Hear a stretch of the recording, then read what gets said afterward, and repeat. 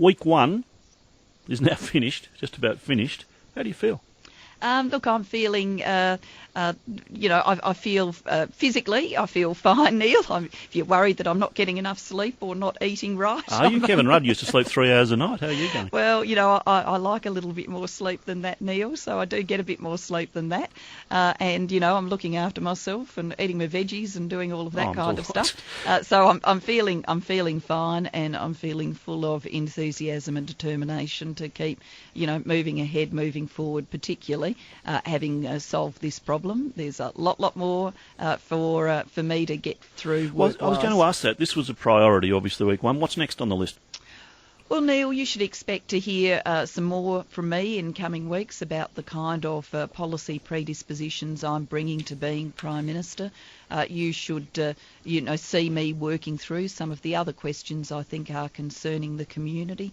One of those, obviously, is the question of asylum seekers. I'm not pretending that there are any easy answers here, or that, one tough slogan, a bit of chest beating makes all of the difference. Of course it doesn't, but, I'll work my way through methodically those kind of issues. The insulation issue is still causing a lot of pain in the community too. People are still waiting for checks. Yes, I believe Minister Combay is doing a good job there in a difficult set of circumstances. Neil, this scheme became a mess. There's no point trying to put a gloss on it. It became a mess, and we're dealing now with the consequences of that, including through the inspection regime that Minister Combay's overseeing. I know you need to get away, but I was watching you and Tony over to that funeral yesterday of the soldier. Even though you were part of the cabinet, I suppose, that sent that man to war effectively. Continued. How did you feel sitting in that? It must be an awful thing to go through. Oh, look, I thought it was very important that I was there and that Tony Abbott was there, because this isn't, about party politics in any way, shape or form. It's about the, national leaders sending a message that we understand what remarkable things we ask our serving personnel to do. And this was a very brave young man and an amazing family, Neil, a dignified, amazing family coping with loss. So I felt privileged to be there. I mean, it's their choice, the family, whether I'm there or Tony Abbott's there, or they want to have their own private mourning and grieving. They did want us to be there as a sort of physical embodiment that the nation was mourning too, and I believe the nation does mourn when we lose brave soldiers like Ben Chuck. Have you yet been briefed on the outlook in Afghanistan? Yes, I sat down on Saturday with Angus Houston, who of course is the Chief of the Defence Force, with our Minister, John Faulkner, who's a very experienced minister. I think John's reputation in Australia is as a very safe pair of hands, very determined person, and we went right through the strategic outlook in Afghanistan. So no reason to change your mind on Afghanistan? No reason to change my mind, Neil, and I don't say that easily. I certainly don't say it easily. We went to Afghanistan because it was a place that terrorists were being trained, who then unleashed their terror on citizens around the world, including Australians. 9/11, Bali, we've lost Australians to these terrorists trained in Afghanistan. We went there to make sure that we were addressing that incubation of terrorism.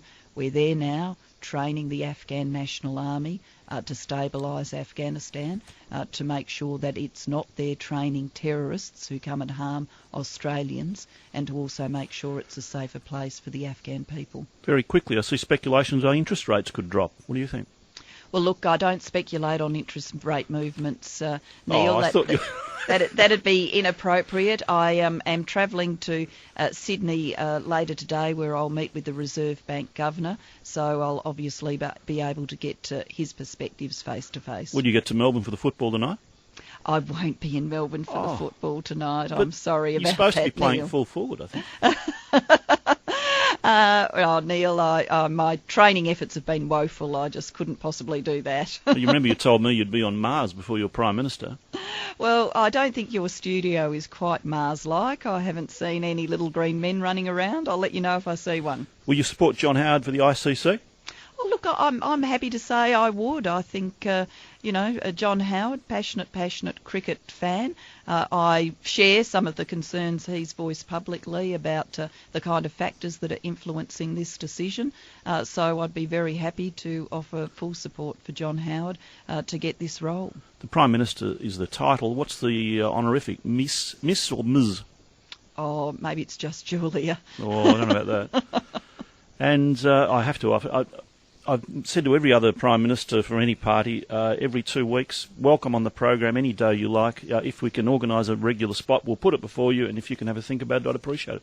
I'll certainly have a think about it, Neil, and obviously I do want to be able to talk to people right round the country, and radio's a fantastic way of doing that. It's the voice in your car, in your lounge room, in your bathroom, even in the mornings when you're having a shower. So it's a great way of staying in touch and making sure I'm hearing concerns through Talkback too. Well, you are a Victorian. I am a Victorian. I'm a Victorian now. South Australian girl originally, Victorian now. Thank you very much for your time. Thanks, Neil. Prime Minister Julia Gillard, there you are, showering with us each day. 96900 693 13 13 32.